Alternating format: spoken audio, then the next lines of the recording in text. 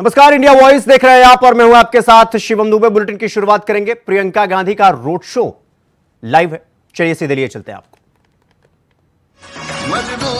मजबूर के साथ में खड़ा है ये, कर कहीं भी जुल्म है तो जुल्म से लड़ा है ये। अपना संगी साथी है, साथ सभी के चलता है, और मुजालों की खातिर आग बन के जलता है। सभी के हाथ में जलता है, सभी को दिलाता है। राहुल के दिल में देश है, इंडिया से दिल कहलाता है।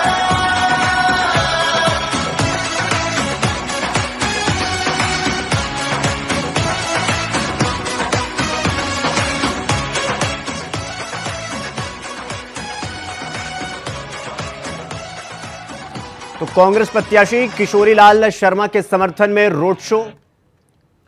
तो अमेठी में कांग्रेस के प्रत्याशी किशोरी लाल शर्मा के समर्थन में प्रियंका गांधी रोड शो कर रही है और ये प्रियंका गांधी का रोड शो कांग्रेस प्रत्याशी किशोरी लाल शर्मा के लिए प्रियंका गांधी ने रोड शो किया है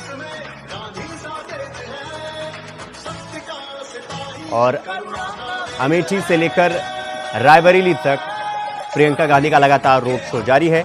और फिलहाल कांग्रेस प्रत्याशी किशोरी लाल के लिए प्रियंका गांधी का रोड शो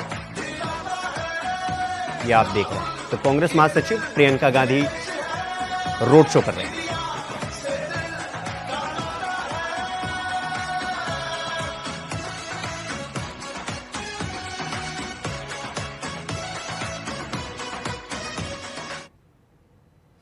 रुक करेंगे खबरों की ओर। बुलेटिन की शुरुआत करेंगे एक बड़ी और अहम खबर के साथ। दिल्ली की सियासत से जुड़ी हुई यह बड़ी खबर हम आपको बता रहे हैं। बीजेपी के संपर्क में स्वाति मालीवाल आ गई। सबसे बड़ा सवाल अब आकर खड़ा हो गया है। आम आदमी पार्टी का बड़ा दावा है कि स्वाति मालीवाल बीजेपी के षड्यंत्र का मोहरा बन चुकी है। और यह सवाल भी है कि क्या स्वाति मालीवाल बीजेपी के षड्यंत्र का मोहरा बन चुकी हैं। बिना बताए सीएम आवास पहुंची थी। ये आम आदमी पार्टी की नेता आतिशी ने यह गंभीर आरोप लगाया है स्वाति मालीवाल के ऊपर। कुछ महीनों से बीजेपी के संपर्क में है स्वाति मालीवाल। न उनको चोट लगी, न उनके कपड़े फटे। ये बड़ा आरोप आम आदमी पार्टी की मंत्री आतिशी ने लगाया। तो स्वाति मालीवाल बीजेपी के षड्यंत्र का मोहरा है, यह सवाल भी है और यह आरोप भी है। आम आदमी पार्टी की तरफ से यह आरोप है और अब यह सवाल भी बन चुका है कि क्या स्वाति मालीवाल बीजेपी के षड्यंत्र का मोहरा है। कुछ महीनों से बीजेपी के संपर्क में है स्वाति, यह आरोप भी आम आदमी पार्टी लगा रही है। न उनको कोई चोट लगी, न उनके कपड़े फटे, यह कह रही हैं मंत्री आतिशी, आम आदमी पार्टी की मंत्री आतिशी। न उनको चोट लगी है, न उनके कपड़े फटे हैं, कुछ नहीं हुआ है और वो बीजेपी के संपर्क में है और बीजेपी के इशारे पर यह षड्यंत्र रचा जा रहा है और उसका चेहरा स्वाति मालीवाल बनाई। तो बीजेपी के संपर्क में स्वाति मालीवाल है, यह सबसे बड़ा सवाल हो चुका है इस वक्त। तो कुछ महीनों से बीजेपी के संपर्क में है आतिशी और आतिशी ने बड़े और गंभीर आरोप लगाए। उन्होंने कहा कि बिना बताए, बिना अपॉइंटमेंट, बिना सूचना सीएम आवास पहुंची स्वाति मालीवाल और फिर अंदर घुसने का प्रयास, फिर वहां के सुरक्षा कर्मियों को धमकी, नौकरी से निकाल देने की बात और इसके बाद अब सीधा सीधा यह आरोप कि बीजेपी के षड्यंत्र का मोहरा बन चुकी हैं स्वाति मालीवाल। तो अब स्वाति मालीवाल के ऊपर आम आदमी पार्टी की तरफ से बड़े और गंभीर आरोप लगाए जा रहे हैं और आम आदमी पार्टी की मंत्री आतिशी ने यह बड़ा बयान लगाया। उन्होंने कहा कि न उनको चोट लगी है, न उनके कपड़े फटे हैं। बीजेपी एक षड्यंत्र रच रही है, उस षड्यंत्र का मोहरा है। आतिशी ने कहा कि दिल्ली के मुख्यमंत्री अरविंद केजरीवाल जब से बेल पर आए हैं तब से भारतीय जनता पार्टी बौखला गई है। तरह तरह के षड्यंत्र रचे जा रहे हैं केजरीवाल को बदनाम करने के और इसी एक षड्यंत्र का हिस्सा है स्वाति मालीवाल। ये आम आदमी पार्टी की मंत्री नेता आतिशी ने ये आरोप लगाया। अब ये सवाल उठ रहे हैं कि क्या स्वाति मालीवाल बीजेपी के षड्यंत्र का हिस्सा है, बीजेपी के षड्यंत्र का चेहरा है, क्योंकि यह आरोप भी लग रहा है कि कुछ महीनों से भारतीय जनता पार्टी के संपर्क में है। इस खबर पर हमारे साथ हमारे सहयोगी अजीत हमारे साथ जुड़ गए हैं। अजीत, स्वाति मालीवाल की मेडिकल रिपोर्ट आई जिसमें कहा गया कि उनके चेहरे पर, उनके पैर में गंभीर चोटें आई हैं और उसके बिना पर विभव कुमार को गिरफ्तार कर लिया जाता है। लेकिन अब यह आरोप जो लग रहा है कि स्वाति माल भारतीय जनता पार्टी के इशारों पर चल रही हैं, षड्यंत्र का चेहरा है स्वाति मालीवाल। देखिए शिवम, बिल्कुल अगर हम बात करें जिस तरीके से दिल्ली सरकार में मंत्री आतिशी ने स्वाति मालीवाल पर गंभीर आरोप लगाए और कहा है कि ये पूरा का पूरा जो साजिश है वो भाजपा के षड्यंत्र और भाजपा के राजनीतिक दबाव में किया गया। हालांकि आतिशी के बयान में कितनी सच्चाई है वो बात की बात है, लेकिन इस बात से भी नहीं झुटलाया जा सकता है कि जो मेडिकल रिपोर्ट सामने आई है उस मेडिकल रिपोर्ट की अगर हम माने तो मेडिकल रिपोर्ट में साफ तौर पर इस बात पे मोहर लग गई है कि जो स्वाति मालीवाल मुख्यमंत्री अरविंद केजरीवाल के पीए विभव कुमार पर जो आरोप लगा रहे हैं मारपीट के, उस पर कहीं ना कहीं मोहर लग गई है। मेडिकल रिपोर्ट में साफ तौर पर दिख रहा है कि उनके शरीर पर किस तरीके से जो चोट के निशान है वो इस बात की तस्दीक दे रही है कि कहीं ना कहीं जो स्वाति मालीवाल जो आरोप लगा रहे हैं उन आरोपों में सच्चाई साफ तौर पर बयां कर रही है। ऐसे में अगर हम बात करें कि आतिशी जो बात कर रहे हैं कि भाजपा के संपर्क में है और उन्हीं के कहने पर किया जा रहा है, वो उसमें कितनी सच्चाई है वो बात की बात है, लेकिन ये नहीं झुटलाया जा सकता कि जो स्वाति मालीवाल जो आरोप लगा रही है विभव कुमार के खिलाफ, उस आरोपों में कहीं ना कहीं सच्चाई साफ तौर पर नजर आ रही है। अजीत, अब ये सबसे बड़ा सवाल तो ये बन चुका है, देश की राजनीतिक धुरी का सबसे बड़ा सवाल यही है कि क्या अरविंद केजरीवाल जब से बेल पर आए, जैसा कि आतिशी कह रही हैं कि जब से अरविंद केजरीवाल बेल पर आए हैं बीजेपी बौखला गई, तरह तरह के षड्यंत्र रचे जा रहे हैं। लेकिन अब इसी बीच में एक सवाल यह भी उठ रहा है कि अगर अरविंद केजरीवाल को फंसाने की साजिश थी तो सीधा प्रश्न अरविंद केजरीवाल पर खड़ा किया जाना चाहिए था, उनको चपेटे में लेना चाहिए था, फिर विभव कुमार के थ्रू। और जिस स्वाति मालीवाल के कसीदे पढ़ते थे अरविंद केजरीवाल, लेडी सिंघम बताते थे, आज वही आतिशी इस तरीके से बुरी बन गई है कि सीधे सीधे उनके साथ जो कुछ हुआ उसको एक तरीके से नजरअंदाज किया जा रहा है। विभव कुमार के पक्ष में पूरी आम आदमी पार्टी की टोली खड़ी हो गई। देखिए शिवम, अगर मैं बात करूं राजधानी दिल्ली की, अगर मैं बात करूं तो दिल्ली इस समय पूरे सियासी मूड में है। राजनीतिक हलचल जो है वो काफी तेज हो चुकी है। अब से तकरीबन कहा जा सकता है कि तकरीबन एक सप्ताह का समय बचा है जब दिल्ली में आने वाली 25 मई को छठे चरण के तहत चुनाव होने हैं, और ऐसे में राजनीतिक आरोप और प्रत्यारोप का जो दौर है वो तेज हो चुका है। साफ तौर पर कहा जा सकता है, चाहे आम आदमी पार्टी की तरफ से भाजपा पर आरोप लगाने की बात हो या भाजपा की तरफ से आम आदमी पार्टी पर तमाम जो प्रतिक्रिया है या फिर आरोपों की बात हो, ये चुनाव के समय में काफी जो है ये आमतौर पर देखने को मिलती है। और यही एक नतीजा है कि एक बार फिर से जब एक बड़ा मामला सामने आया है जिसके तमाम जो नजरें हैं तो राजधानी दिल्ली में पूरी राजनीतिक हलचल जो है वो इस मामले से तेज हो चुकी है, क्योंकि कहीं ना कहीं जिस निजी सचिव जो विभव कुमार पर जो आरोप स्वाति मालीवाल ने लगाया है वो मुख्यमंत्री अरविंद केजरीवाल के निजी सचिव हैं। ऐसे में निश्चित तौर पर सवाल उठना लाजमी है कि अगर एक राज्यसभा सांसद जो पहले भी दिल्ली महिला आयोग की अध्यक्ष है, अगर उनके खिलाफ ही अगर उनके साथ ही अगर मारपीट या फिर ऐसा दुर्व्यवहार हो सकता है और वो भी सीएम हाउस में, तो दिल्ली की जनता का क्या होगा, कहीं ना कहीं ये सब तौर पर बयां कर सकते हैं। और जब अरविंद केजरीवाल के पीए पर सवाल उठ रहे हो तो निश्चित तौर पर सियासी जो घमासान है वो तेज होना लाजमी है, और शायद इसी का परिणाम है कि अब दिल्ली सरकार में मंत्री आतिशी ने कहीं ना कहीं इसको भाजपा। ठीक है अजीत, आप हमारे साथ बने रहिएगा। हमारे साथ भारतीय जनता पार्टी की प्रवक्ता पूनम गुप्ता जी हमारे साथ जुड़ गई हैं। पूनम गुप्ता जी, जिस तरीके से आतिशी लगातार ये कह रही है कि भारतीय जनता पार्टी के इशारे पर चल रही है स्वाति मालीवाल, बीजेपी जो षड्यंत्र कर रही है अरविंद केजरीवाल को फंसाने के, उसका जो चेहरा है वो स्वाति मालीवाल बन रही है, क्या कहना चाहेंगे आप इस आरोप को लेकर? भाई साहब, बहुत ही दुख की बात है और बहुत ही शर्म की बात है कि आम आदमी पार्टी इस नीचे स्तर तक गिर चुकी है कि अपने ही राज्यसभा मेंबर की महिला तक को उन्होंने इस चीज में घसीट डाला सिर्फ भारतीय जनता पार्टी को चुनाव के दिनों में बदनाम करने के लिए।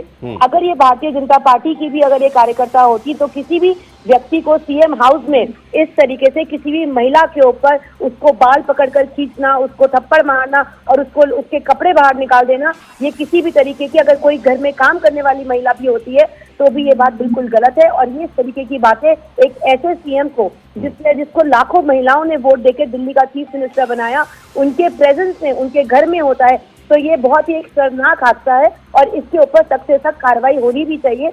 और जिस तरीके से उनके खुद के सांसद संजय सिंह जी ने अभी 3 दिन पहले ट्यूसडे तक को ही ये बात बोली कि उस बात को उन्होंने एक्सेप्ट किया और बोला कि चीफ मिनिस्टर के घर में इस तरीके की बात हुई है और इस तरीके का दर्दनाक हादसा हुआ है, और आज वो 2 दिन बाद अपनी बात को पलट जाते हैं। तो इससे पता चलता है कि आम आदमी पार्टी एक चुनाव लड़ने के लिए इतने निचले स्तर पे गिर चुकी है कि महिलाओं का अपमान करना, उनको मारपीट करना सीएम हाउस में हो रहा है और ये लोग आंख बंद करके सिर्फ वोट के लिए बैठे हुए हैं।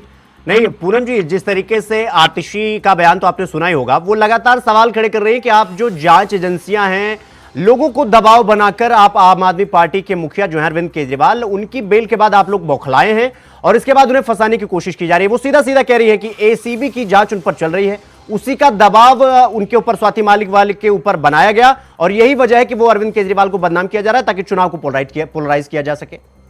बहुत ही शर्म की बात है कि अगर उन्हें अपने ही पार्टी के सांसद पे भरोसा नहीं है तो वो किसके भरोसे पे चुनाव लड़ने के लिए आम आदमी पार्टी अब की बार बाहर निकली है, जब उन्हें अपने ही लोगों पे भरोसा नहीं है और वो अपने ही लोगों पे इस तरीके का अगर इल्जाम लगा रहे हैं कि उनके खुद के लोग ही केजरीवाल के खिलाफ एक इस तरीके की साजिश रचने की कोशिश कर रहे हैं। तो आप खुद ही सोचिए कि जिनकी पार्टी में इतनी फूट है और जिन्हें अपने ही लोगों पर विश्वास नहीं है, और स्वाति मालिवाल जी जो अभी महिला आयोग के भी कुछ समय पहले तक अध्यक्ष रह चुकी हैं, अगर इस कारण से भी अगर उनको मारा पीटा गया, और ये तो सभी ने देखा है कि वो केजरीवाल जी के घर के बाहर जब निकल रही थी तो उनकी हालत खराब थी और वो लंगड़ाते हुए घर के बाहर निकली, जबकि केजरीवाल जी मुस्कुराते हुए अपनी गाड़ी में बैठ गए। नहीं पूनम जी, हाँ बोलिए। तो इस तरीके की अगर बात आतिशी जी करती हैं तो आतिशी जी तो वैसे भी इस बात के लिए बड़ी मशहूर है कि आतिशी जी अगर इनको अपना भाजपा का एजेंट बताती हैं, और संजय सिंह जी 2 दिन पहले उसी हादसे पर एडमिट करते हैं कि हाँ जी केजरीवाल जी इसके ऊपर अपना स्टैंड ले रहे हैं और पार्टी जो है इसको संजीदगी से ले रही है और इसके ऊपर कार्रवाई होगी। तो मुझे लगता है कि पहले तो आतिशी जी को संजय जी को आपस में तालमेल बिठाना चाहिए और फिर अपनी पार्टी के तीसरे सदस्य को इस तरीके से इल्जाम लगाना। साफ पता चलता है कि बड़े बच्चों की पार्टी है और बिल्कुल इनमें राजनीति को लेकर बिल्कुल भी संजीदगी नहीं है और चुनाव को लेकर इनके अंदर कोई भी तमीज नहीं है कि ये लोग महिलाओं को भी आगे रखकर इस तरीके की बातें करते हैं। तो ये पार्टी बिना बेसर पैर की पार्टी है, क्योंकि इनको पता है कि ये लोग हार चुके हैं, तो शायद ये इस तरीके का एक माहौल खड़ा करने की और सिंपैथी वोट लेने की कोशिश कर रहे हैं। जी पूनम जी, बहुत बहुत धन्यवाद आपका हमारे साथ जुड़ने के लिए, जानकारी साझा करने। अजीत, आपका भी बहुत बहुत धन्यवाद हमारे साथ जुड़ने के लिए और जानकारी साझा करने के लिए।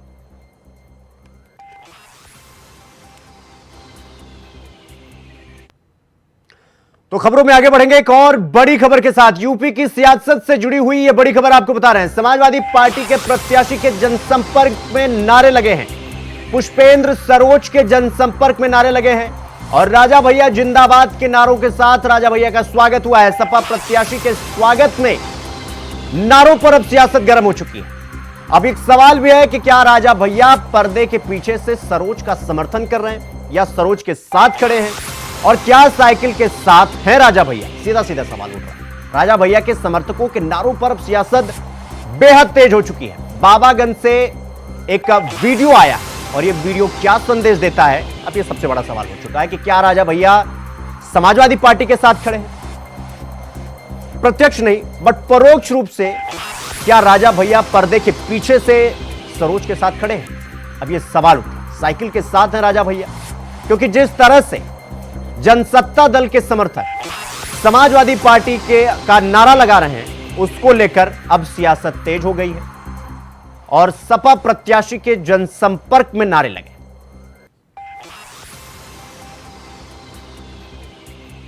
तो राजा भैया एक बार फिर से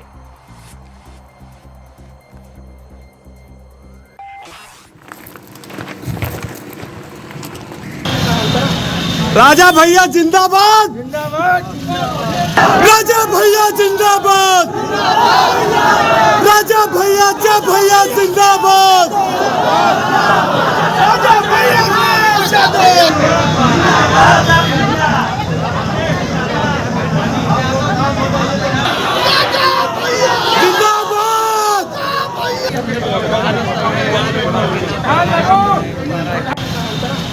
राजा भाई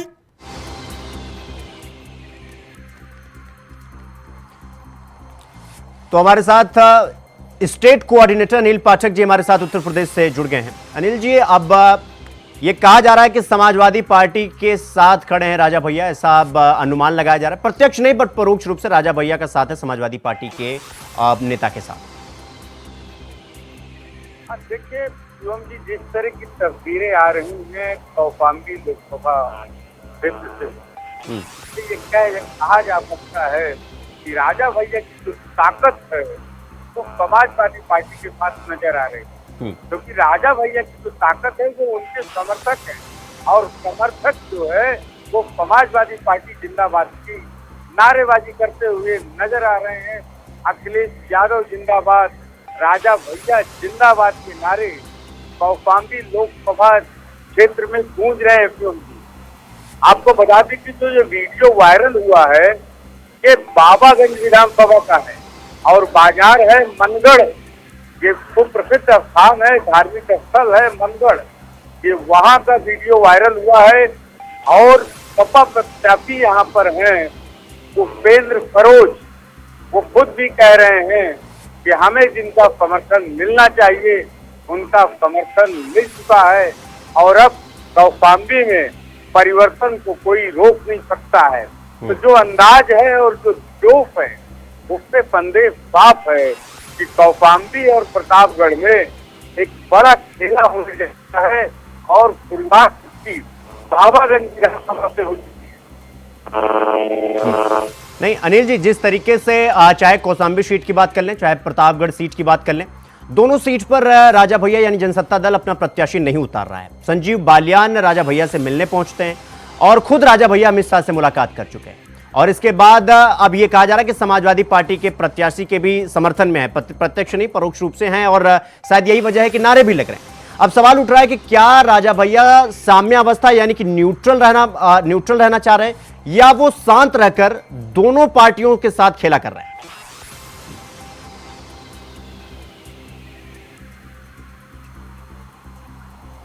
जी, तो अनिल जी से हमारा संपर्क टूट गया है, हम फिर से उनसे संपर्क करने की कोशिश करेंगे। तो इस वक्त साइकिल के साथ है क्या राजा भैया? सवाल सबसे बड़ा इस वक्त यही हो चुका है कि राजा भैया समाजवादी पार्टी का समर्थन कर रहे हैं क्या?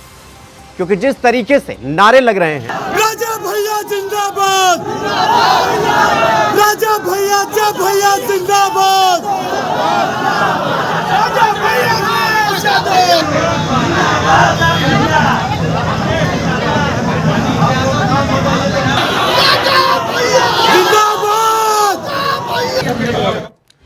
तो सपा प्रत्याशी के स्वागत में नारे लग रहे हैं और इसी नारों पर अब सियासत तेज हो गई है, और इसी बात को लेकर अब सवाल भी खड़े हो रहे हैं कि क्या राजा भैया साइकिल के साथ खड़े हैं?